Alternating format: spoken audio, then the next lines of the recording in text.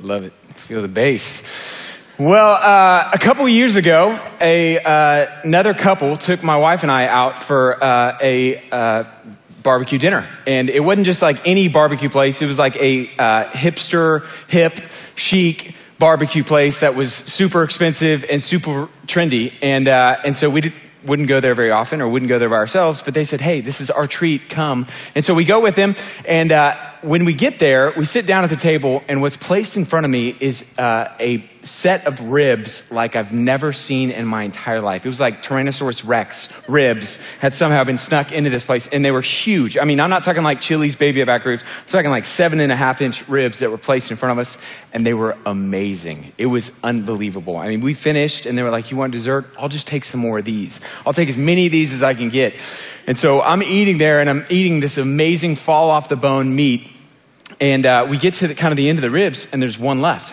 And at this point, I had a 12-week-old puppy at home. And so I'm going, man, I'm going to be like the hero. I'm going to bring this home. He's going to love this. I'll give this to the dog. I'll be his best friend forever. So I bring this rib, and I'm excited about it. And it's enormous. It's going to be like nothing he's ever had. He's only 12 weeks. He's like 30 pounds. And so I get to the house, and I walk in the door, and immediately he can smell it. He's going crazy. His name's Judah, and he's a Rhodesian Ridgeback, which is like an extra large lab. And so he's going crazy, and he comes up to get the rib. And so I take it out of the to-go box, and I begin to feed him the rib. And it's like 7.5 inches long, so I'm trying to rip off pieces of it. And he's loving it and scarfing it down. And then he sees underneath this meat is a bone. And now what happened next, it took 7 hours to resolve, and it's going to take even longer for me to even explain than what happened in the next 3 seconds about what I'm about to say. So I'm handing him the meat, and all of a sudden he sees the bone, and he bites at the rib, and he takes off running for the other room with the rib in his mouth. And so I'm running immediately after him, trying to get this thing out of him, and I run behind him, and I just see him go, and he swallowed it. 7 inches. I was like looking around for the bone and more impressed than anything else that he was able to somehow take this thing down. And so my wife is over there Googling, that can't be good. So she's looking up, and there's horror stories of puppies who like get a stomach puncture or end up dying. And she's like, we got to go to the emergency room. So now we're all family together going to the emergency vet, which is really cheap and exciting. And so we're on our way there, and it's like 12 o'clock at night, and we get there and we explain what happened. They take us back, they do x-rays on him, and it took forever. And the guy finally comes in and he says, I'm sorry it took so long. I've never seen anything like this. I was showing all my colleagues. And he shows us the picture, and it's like the outline of a dog, and then his stomach with the bone expanding the stomach. It looked like a ruler inside of a balloon expanding it. It was like unbelievable. So the guy says, this is really bad. He's not going to pass that. And so you need to go to Grapevine, because that's the only place in North Texas that has a scope where they can go and take this out. So now we're back on the road, happy family together, on our way to Grapevine on 6:35 at night, which is a nightmare at 1 o'clock in the morning. You wouldn't think so, but apparently that's when they do all the construction. So we're sitting in bumper to bumper parking lot traffic on 6:35 trying to get there going, is the dog about to die? What's going to happen? I look back at him. He's happy as a hippo. He's fine. He's like, what do we do? This is nighttime adventure. So we finally get there, and they go in, and again, they're like amazed at this place. And 4 hours later and $1,000 later, the most inexpensive dinner that we had turned into the most expensive dinner that we had, all because this dog, Judah, he was not content with just this 5-star succulent meat. He wanted to have that bone. He could not be content with what he was given. And so the reason I tell that story is because all of us in the room, I mean, one of the most common things for young adults, we're the entitled generation. We struggle with being content with what we have been given. We struggle with being content when we look around at others, or just from what God has given us, whether that's the way we look, whether that's the amount we make, whether that's a season of life we're in, and I'm not married yet, or whatever it is, we all struggle to be content, or we all struggle with discontent. And there's a king that you probably have never heard of as we continue this series, Game of Thrones, called King Ahab. King Ahab was the head of his class for being called the most evil king Israel had ever had. that God said, hey, out of all the kings that Israel have, this one is the single most evil one of them all. And he was a double duo because his wife was a woman named Jezebel. And you may not know what Jezebel did or her story, but you probably know that it's not good. That's why you don't go to baby showers for little baby Jezebel. And so he and Jezebel were this powerhouse couple for evil. And so King Ahab did all kinds of evil acts, but the thing that made God said, I'm done with you, Ahab. I'm done with you, happened because Ahab, like many of us, or maybe all of us, struggled with discontent. And so tonight we're going to explore and see that. If you have a Bible, you can flip it open to 1 Kings. We're going to be in chapter 21 as we explore the person of King Ahab. Now this series, if you're joining us for the first week, this is called Game of Thrones. We're exploring Old Testament kings from our Bible and some of the downfalls of different characters that are involved there. And so I'm going to do a quick review even of where we are in the Bible. So the Bible, as you know, is divided into two parts, the Old Testament and the New Testament. That's good. There we go. So the Old Testament is the story of God's chosen people, the nation of Israel. And so it traces kind of the story of God's chosen people. And then the New Testament, we're introduced to Jesus and the church and the expansion for all people, not just one nation. But the Old Testament is the story of the nation of Israel. And during all the different time periods in the nation of Israel, there was a 500-year chunk, 500 years, where they had kings. God, for 500 years, said, I don't want you to have kings. You're not going to have a king because they're going to do what kings do, and it's not going to be good for anybody. But Israel said, we want a king. Give us a king. So God finally said, give them a king. And so that began a long history of one bad king after the next. There was in there sprinkled a few good ones, but for the most part, it was almost entirely bad. Last week, we covered Rehoboam, who you may remember, or if you are joining us for the first time, you may not know who that is, but he was basically Solomon's son, and he made a decision that split the kingdom in two. So the nation of Israel was split forever, or for hundreds of years, into two nations, the northern kingdom, Israel, and the southern kingdom, Judah. And so all these different bad kings ruled in these two different nations. Each area had a king. And tonight, we're going to explore the seventh king of Israel, Ahab, and all the evil that he had done, and yet this one thing that chose God to say, hey, I'm done with you. So here we go. We're going to be in verse 1 of chapter 21. If you don't have a Bible, it'll be up on the screen. Now there was a man named Naboth from Jezreel. Okay, so introduced to a character in the story who's Naboth. And he's from Jezreel, which is just a city in the northern kingdom of Israel. And so he's from the city of Jezreel, who owned a vineyard. So Naboth has a vineyard in Jezreel that was beside the palace of King Ahab of Samaria.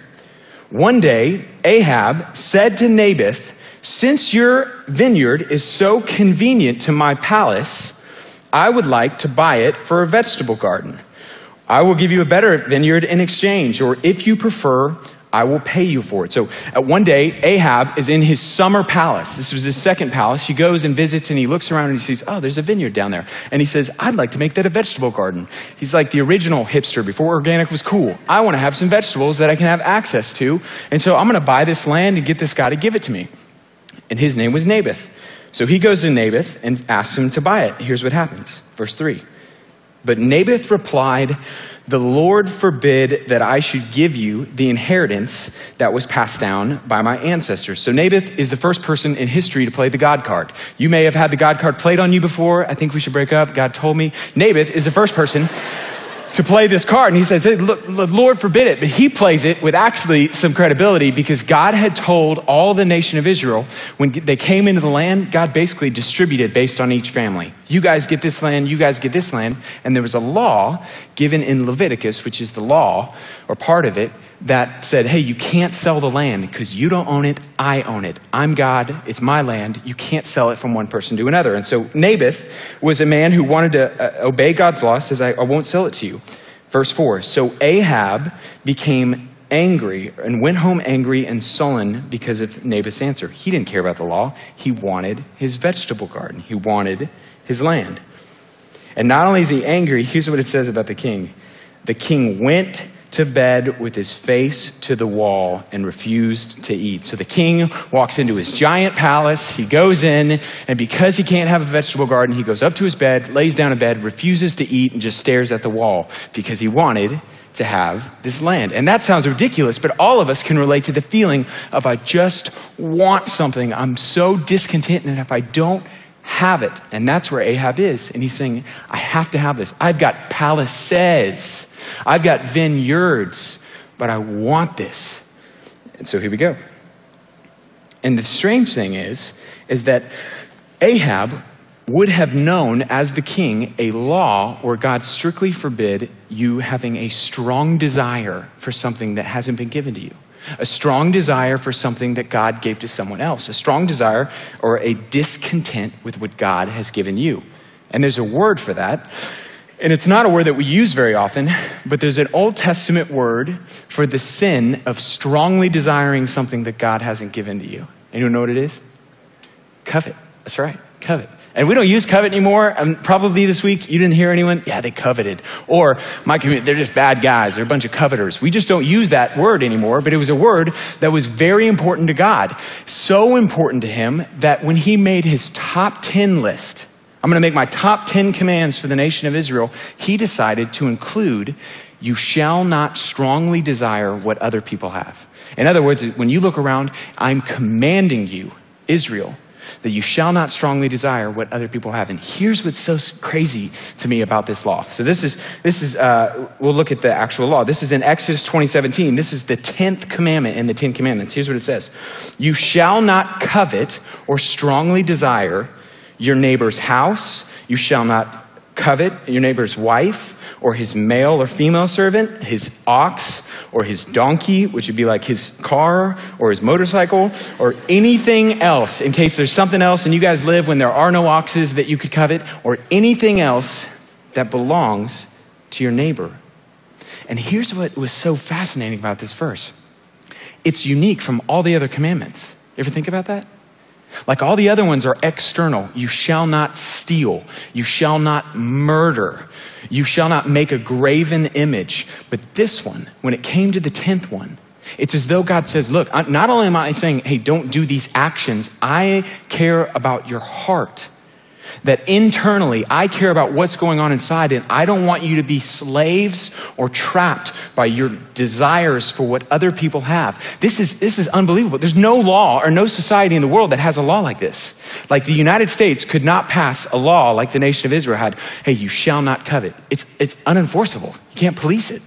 You can't be hanging out at your house and be like, yeah, I'd like you to come over. There's a guy standing outside, and I think he's gone from admiring to coveting. Can you send a police officer or something? It's unenforceable because it's a matter of the heart. But God says, this tells you something about God, because the laws a person makes tells you what's important to them. It tells us that God cares not just about our actions, but about our heart. And had Ahab listened and obeyed and heeded God's instructions, because he wanted Ahab and all of his people to be free. I don't want you to be consumed with what you don't have. The story would have gone very, very differently, but it doesn't. So here we go, verse 5. So Ahab is laying in bed. He's back at the palace with Jezebel. He's got his face to the wall, refusing to eat. And this is where our story continues. What's the matter? His wife Jezebel asked him. What's made you so upset that you're not eating? Well, I asked Naboth to sell me his vineyard or trade it, but he refused. He's pouting. Ahab told her. And then here's a good condescending wife. Are you the king of Israel or not? Jezebel demanded. Get up and eat something, and don't worry about it. I'll get you Naboth's vineyard. So she wrote, verse 8, letters in Ahab's name. So she's going to take action. Hey, I'm going to get you that. If you want it that bad, I'm going to get you this vineyard. So she writes letters in Ahab's name, sealed with his seal, likely along with him sealing it. And sent them, here's where she writes a bunch of letters. She sends them to the elders and the leaders of the town where Naboth lived. In her letters, she commanded, call the citizens together for fasting and prayer, and give Naboth a seat of honor. And then seat 2 scoundrels across from him who will accuse him of cursing God and the king, and then take him out and stone him. I mean, this becomes unbelievably wicked. I want you to take a fast and prayer. So the queen writes a letter and says, hey, I want you to call a fast for the town Naboth lives in. Get everybody together. You're going to fast and pray. Who are you going to fast and pray to? God. I'm going to use God to end up getting my will and even go against what God has said. And I want you to take a righteous or a innocent man and take him outside the city after he's been wrongfully accused and kill him. Surely they wouldn't do it. Verse 11. So the elders and the town leaders followed the instructions of Jezebel that she had written in the letters. They called for a fast and put Naboth at a prominent place before the people. I mean, this is a man's life. Then the two scoundrels came and sat down from him. I always wonder how they knew they were scoundrels. Like, yeah, I'm a scoundrel. And it's kind of funny wording. And they accused Naboth before all the people, saying, he cursed God and the king. The one righteous person in the story, Naboth, is now being wrongfully accused in front of the whole town that's gathered together to fast and pray. So Naboth was dragged outside of the city and stoned to death, that he was pelted with rocks until he was dead. And we learn later in 2 Kings that not only was it him, but his entire family was taken out because of the accusation that he had cursed God and stoned one after the next, all because the discontent of a king that I have to have it. I don't care what God says. I don't care what anyone says. I want it and I'll do whatever it takes. The town leaders, verse 14, sent word to Jezebel saying, Naboth has been stoned to death. When Jezebel heard the news, she said to Ahab, you know the vineyard Naboth wouldn't sell you? Well, now you can have it. He's dead. Sounds very remorseful. So Ahab immediately went down to the vineyard to claim it. So he's down in the vineyard bathing around in what will be his vegetable garden with no remorse over murdering an innocent man. Here's what happens. But the Lord said to Elijah. Now Elijah, if you've read 1 Kings or if you read it this week, you would see Elijah is one of the key figures in 1 Kings and 2 Kings. He's a prophet, and this time, God would speak to the nation through a prophet, that he would appoint one person and say, hey, I'm going to speak through this person. And it wasn't something anyone could claim, because if you were a prophet and you said, God is going to do this, and I'm speaking on behalf of the Lord, and then that didn't happen, they killed you. And so not everyone wanted to be a prophet, and only those who were very confident in what God was telling them would be prophets. And Elijah was that person. And so Elijah, the Lord comes to Elijah and says, go down, verse 18, and meet Ahab, the king of Israel, who rules in Samaria.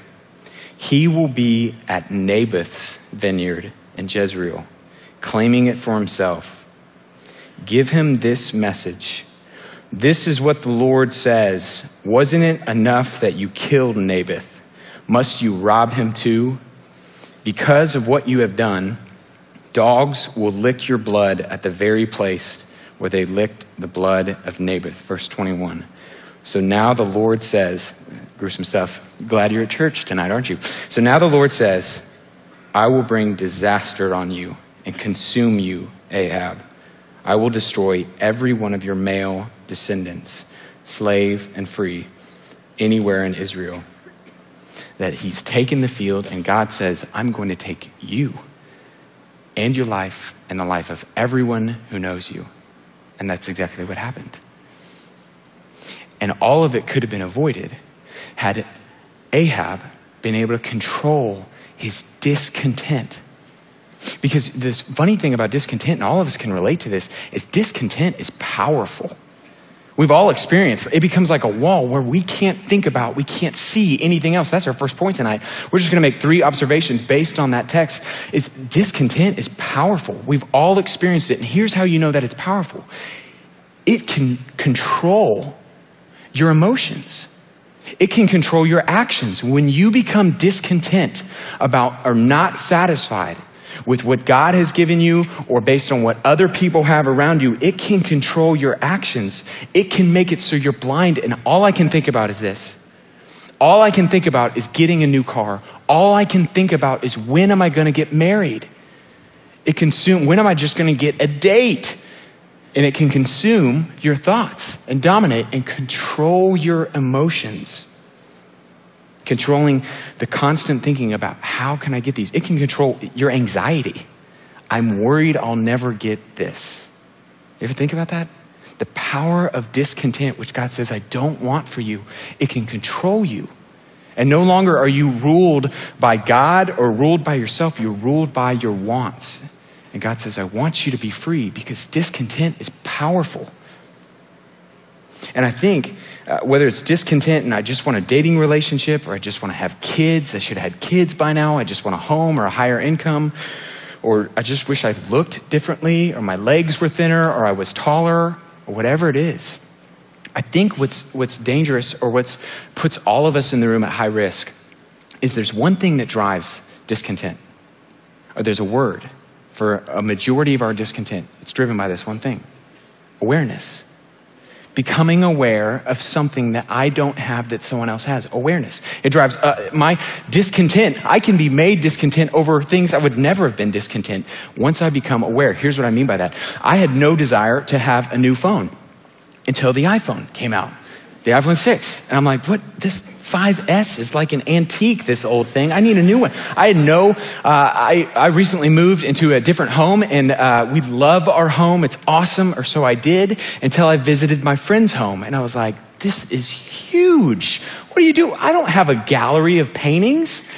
I need a gallery. I need some paintings. I don't have galleries or paintings. I need exposed wood beams. And all of a sudden, I'm like, I hate my house. And I'm discontent and depressed because I'm never going to live in one of these. #pastor. And so it can drive us and control our emotions, can't it?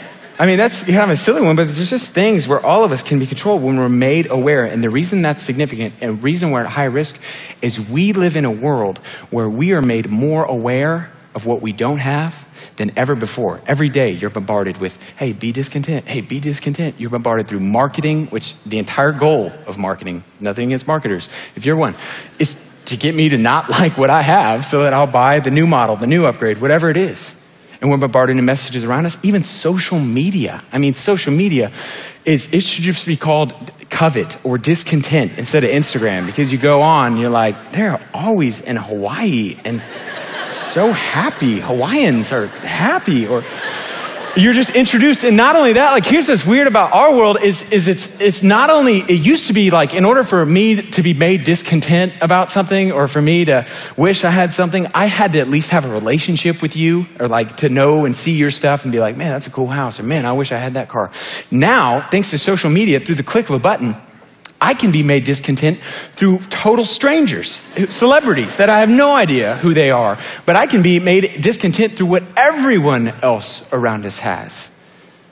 And we're more aware than ever before. And maybe you're going, no, it's not Hawaii, but the same thing can happen, whether it's your car, or maybe you wish you had a baby and you're looking and all your friends are strolling with their baby in Lululemon at the mall. And you're like, man, I thought I would just have one of these by now. Or just the wedding dress that they picked out and posted, and you're like, I hate your post. Like, it's just easy. It's easy to grow discontent, right? And we're introduced and made more aware than ever before. And so all of us are at a high risk of becoming and allowing discontentment to take root in our hearts. And when that happens, like Ahab showed, back on track, like Ahab showed, that was a little close to home for a lot of ladies in the room, is that we are no longer under control, but we are being controlled by our wants. That's the power of discontent. And here's the danger that comes with discontent. Discontent may not lead you to take a life like Ahab did with Naboth, but it can lead you to wreck yours. It can lead you to make decisions just because you're going, I so desperately don't want to be single. I'm so tired of being single, and when is the right one going to come along? And so I'm just going to lower my standards, and I'm just going to go on the next guy who breathes. And he says he's a Christian, and I'm just going to go out with him. Or to stay in a relationship longer than you think you should, or to go farther physically, because I don't want to lose him or lose her, and so we're going to go farther than I really want to sexually. It can cause you to marry someone. I mean, all of us probably have friends where you're going, I think she just really wanted a wedding, and it shows on the back end. But they were led by just this urge, I want it. And so whatever I have to do, I'm so tired of being lonely. And let me just say this really quickly for any of our single ladies that are in the room. It is so much better that you are lonely and single and wait for a man who loves Jesus than you are married and lonely with a man who just says he's a Christian for the rest of your life. And you can clap. Hey, we can clap. It is so much better. Whatever loneliness that you're feeling right now, it is so much better that you wait for someone who really loves Jesus. And you wait at being lonely, then you marry and you're lonely for the rest of your life. But discontent can drive any of us to make decisions that we go, that was a bad idea, to make financial decisions, to buy a house, to take out a loan that we really shouldn't have taken out, to buy clothes that we're like, but all my friends always have new clothes. I need this. I've got a credit card. And discontent can drive our decisions. And you may not kill someone like Ahab did, but you may wreck your life and wreck your future. I mean, even beginning, so many addictions are fueled. Pornography is, I just want sex.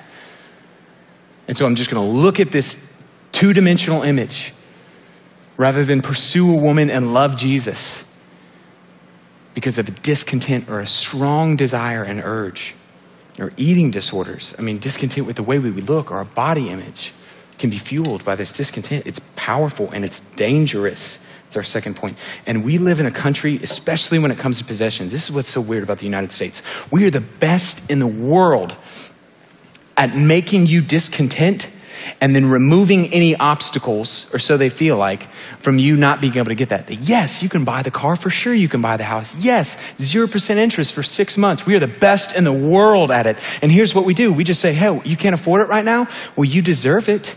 Everyone has one, so here's what we'll do. We've got something called credit. We're gonna go into the future, and we're gonna take some money you're gonna make there, and then we're gonna bring it back here, and we'll just call it even. And then you can pay us between now and then. And it's no wonder how the debt problem in our whole country is out of control because of discontent and an appetite that no amount of stuff seems to satisfy. And it's dangerous. And if you and I let it harbor or take root in any arena, whether it's the way we look or the desire to get married, it is dangerous. And it can control your actions, even if you think that it never could. It is like a disease Ahab's life testifies to of discontent. He had everything, and yet it wasn't enough. Which brings us to the final point, the cost of discontentment. I mean, Ahab, it cost him everything because he had to have it. And God said, I'm going to have you now. I'm going to take you off the throne and everyone who's around you. In fact, we're even one chapter later, we're introduced to exactly how this happened when Ahab goes to war and God says, if you go into this battle, this is how it's going to happen. I'm going to take you out. I'm going to kill you. This is in the next chapter of 1 Kings. And Ahab goes into the battle and he decides, hey, I'm just going to disguise myself. That's what I'll do. Because the other army would only go after the king. They wanted to know, hey, you take out the king and the war's kind of over. So they'd only go after the king. So he decided, I'm not going to be dressed like the king. I'll just dress like a random soldier. And so they go to war. And this is how God says, hey, you cannot escape me. I'm the God who keeps my promises and controls all things. And so they go to battle and Ahab's just disguised as a normal soldier and they're going off to war and the other opposing army is looking for Ahab. They're going, where is Ahab? And they don't go to battle until they can find the king. So no battle's really taking place. And then this happens where some archer just doing target practice randomly decides to shoot up. And here's what happens. Verse 34 of chapter 22. But someone drew his bow at random and hit the king of Israel. Random, so he thought, between the sections of his armor.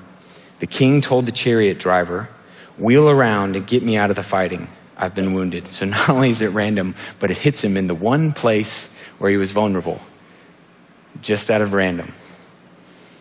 All day long, the battle raged on. The king was propped up in his chariot facing the Arameans. That's the other army. The blood from his wound ran down to the floor of the chariot. Remember how he said he would die? You will die and your blood will be licked up by dogs in this place where Naboth's field was. After sun was setting, a cry spread from the army. Every man to his own town, every man to his land. So the king died and was brought to Samaria and buried there. They washed the chariot in a pool in Samaria, and the dogs licked up his blood as the word of the Lord declared. And then they go and they kill 70 of his sons, all of his maidens, and Jezebel. And it cost him everything because he could not control his discontent. I think the biggest cost for a lot of us in the room is not just like, you may marry someone really stupid, or you may make a really foolish decision, but it can cost you your faith. Your discontent can cost you your faith. Here's how. Like when we want something, when we really, I gotta have this. I can't think about anything else until I get this. And I can think about a little else, but I'm always thinking in the back of my mind, how can I get this? When is this gonna happen? When we really want something, whatever stands in the way of me and getting that thing becomes a barrier. And I do two things. I either resent the barrier or I try to take it out. I either resent it. In other words, what Ahab did is he wanted the vineyard. And so he said, Ahab or Naboth, you are the barrier. So I'm just going to take you out. Whatever stands in your desires, there's a barrier for you getting what you want. Becomes a barrier that you either attempt to remove. I'll just take out credit. Or you begin to resent. And the danger for you and me as it relates to our faith is a lot of us, the barrier is not a thing or a person, it's God. And we begin to be bitter as we view him. Why won't you give me this? I want this. Why will you not give this to me? And it affects how we see a loving heavenly Father who just won't give us what we want. Would probably be a more accurate perception of what we really think.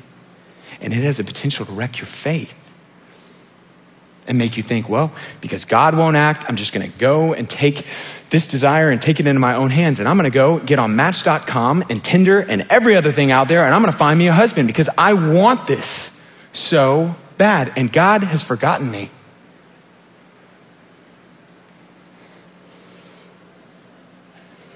And it has the potential to wreck just how we see our Heavenly Father, who doesn't want us to live with this gnawing discontentment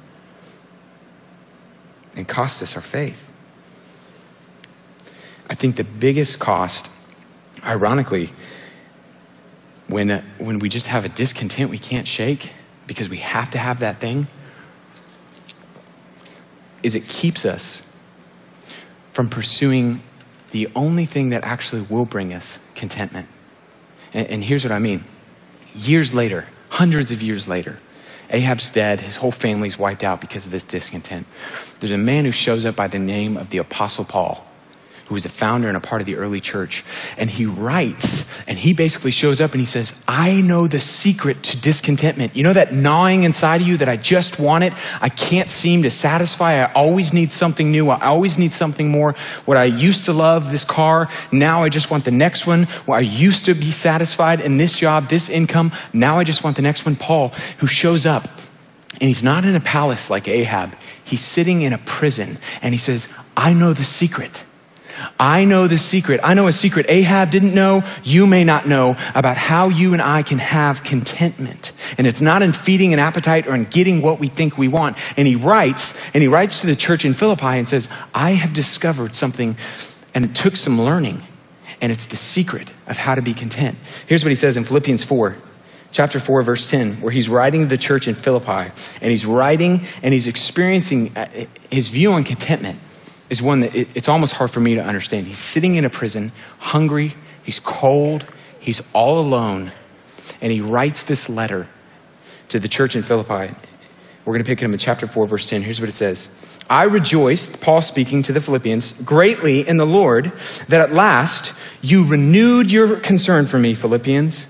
Indeed, you were concerned, but you had no opportunity to show it. So here's what we know in the context. Basically, he's writing, he's saying, I rejoiced because you renewed your concern. They sent him like a care package, or they sent him letters and a cloak, and they sent him some food. And Paul's sitting, he's in Rome, they're in Philippi, and they send him, hey, Paul's in prison, let's send him some stuff. So you renewed your concern, and I rejoiced that you would do that. Verse 11, I'm not saying this because I am in need. I'm glad you sent it. Don't get me wrong. Thank you for sending it. But I'm not saying this because I am in need. Even though I'm hungry, even though I'm alone, even though I'm cold, even though I'm in a dark prison cell, I'm not saying I'm glad that you sent it because I'm in need. Here's why. For I have learned, as in it's taken some learning, to be content, whatever the circumstances. That Paul says, I have learned something, Philippians, and thank you for the care package, but I'm not rejoicing because I was overwhelmed or I was depressed or I didn't know how it would go on, because I've learned something you may not know or you may not have learned. I've learned how to be content whatever the circumstances. This is unbelievable to me. I read this and I'm like, I want to learn that. I want to know that. I want to know how you, Paul, are saying, I have learned the secret, or I've learned how to be internally okay, regardless on what's going on outside externally. I have learned that regardless of if I get married or if I have kids or if the economy crumbles and we're all in breadlines, if I don't have a new car, if I never have a car, if I don't get a house, if I never get in prison, Paul says, I've learned how to be content. And I don't know about you, but I read that and I'm going, Paul, will you tell me how I can learn? I want to learn that too. That regardless of what's going on, if my wife gets cancer, which I would hate to happen, or if I die in a car wreck or something worse happens, I want to know how I can be content regardless of what happens ahead. Really content. I know what it is, verse 12, he's going to tell us, to be in need, and I know what it is to have plenty. In other words, I've had food, I've had a lot, I've had a little. I know what both of these are. I've been on both sides of the spectrum. That's not how I've learned it, or that's not what makes me able to handle it or face any circumstances. I have learned, I love this verse, the secret of being content in any and every situation. Here's what's so interesting about this word. I've learned the secret. In the Greek, that's one word. In other words, when you translate it to English, it becomes 3 words. But what Paul says is one word. And the only time in the New Testament this word appears is right here. It's a word that secret societies, other ancient literature shows us the most common way this was used would be in reference to initiation into a secret society. That initiate into a secret society. Paul says, I've been initiated into a secret society. What secret society? It's as though he's saying, I've been initiated into the secret society of satisfaction. Regardless of what's going on, regardless of what I have and what I don't. And you can too. There's a way that you and I can be initiated, Paul says. I have learned the secret. I've been initiated into the secret society of satisfaction.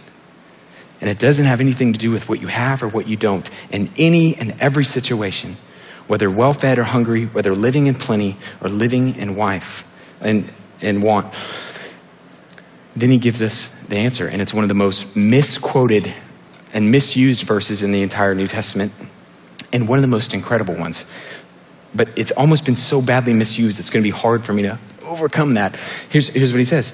I can do all of this. All of what, Paul? I can be in prison. Paul was beaten. Paul got bitten by snakes. He was shipwrecked. I can do all of it. I've been hungry. I've gone with days without sleep. I can face everything. I know what it's like to have lots. I know what it's like to have little. I can do all of this. I can be content and face all of it through him, or you may have through Christ, who gives me his strength. That I can do all of this. I can be content no matter what I'm facing, because his strength works inside of me. That I have found the secret to contentment, and it's Christ. That he's the only thing that satisfies, and it is his strength that allows me to say, I can go on without this. I can be single. I don't love it. I don't want to be unemployed, but I can be content regardless of what's going on through Christ. And this verse has been so badly misused as it relates to football games or teams going out and going, yeah, we're going to win it for Jesus. And that's not what Paul's saying at all. Paul would be sitting in prison going, really? Are you serious? You're going to football game? I'm sitting here trying to survive things, and I've learned how to discover how to be content. And it's one place, through Christ, that the only thing that will satisfy you and satisfy me is him. And he says, if you want to be initiated into this secret society of satisfaction, you got to make the aim of your life him. Him. And if you're not content right now, whether it's with the amount that you make or your relationship status, Paul says, you'll never be. You won't be content. If it's not through Christ, you won't be content when you get those things. You'll be always searching, and he's saying, I'm telling you, I found it. It's him and him alone. And walking in an active, alive relationship with him, that's the only thing that satisfies. All the rest of this is going to leave us empty. And I know that's really easy to say for all of us. And we're going to walk out the room and a million voices are going to come our direction and say, no, this will make you happy. This will make you happy. And Paul says, they don't know the secret. There's only one place to find satisfaction. There's only one place that can allow you to be content no matter what's going on. And if you don't have that, you'll never be content. But I can do all of it. I can face singleness through Christ who strengthens me. I can't, but he can through me and his power. And if he's not enough now, he won't ever be. And he's the only thing that satisfies, Paul says. And so I think the application for me, as I look at the life of Ahab and the destructiveness of discontent, is that there are things where I just have to trust God's timing, or trust God's provision, and trust the timing of his provision.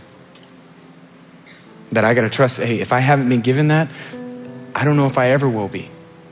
And I'm just going to choose to trust my Creator, who knows what's best, who's a loving Father, who wants to give you good things. And what other option do we have? You could choose to be discontent and make destructive decisions, taking it into your own hands, that are going to cost you on the other side, and you'll discover what Paul discovers. And so would I, or will I, that the only thing that'll satisfy is him. And the second thing of application is, unlike Ahab, we now have the decision to seek the only thing that'll satisfy and stop chasing after things that'll just leave us empty. And your Father in heaven and my Father in heaven wants to give you good things and wants to give you them in his timing, and he will give you everything you need. It may not be everything that you want. And maybe right now your wants don't line up with your needs, and he's saying, I want you to be single right now.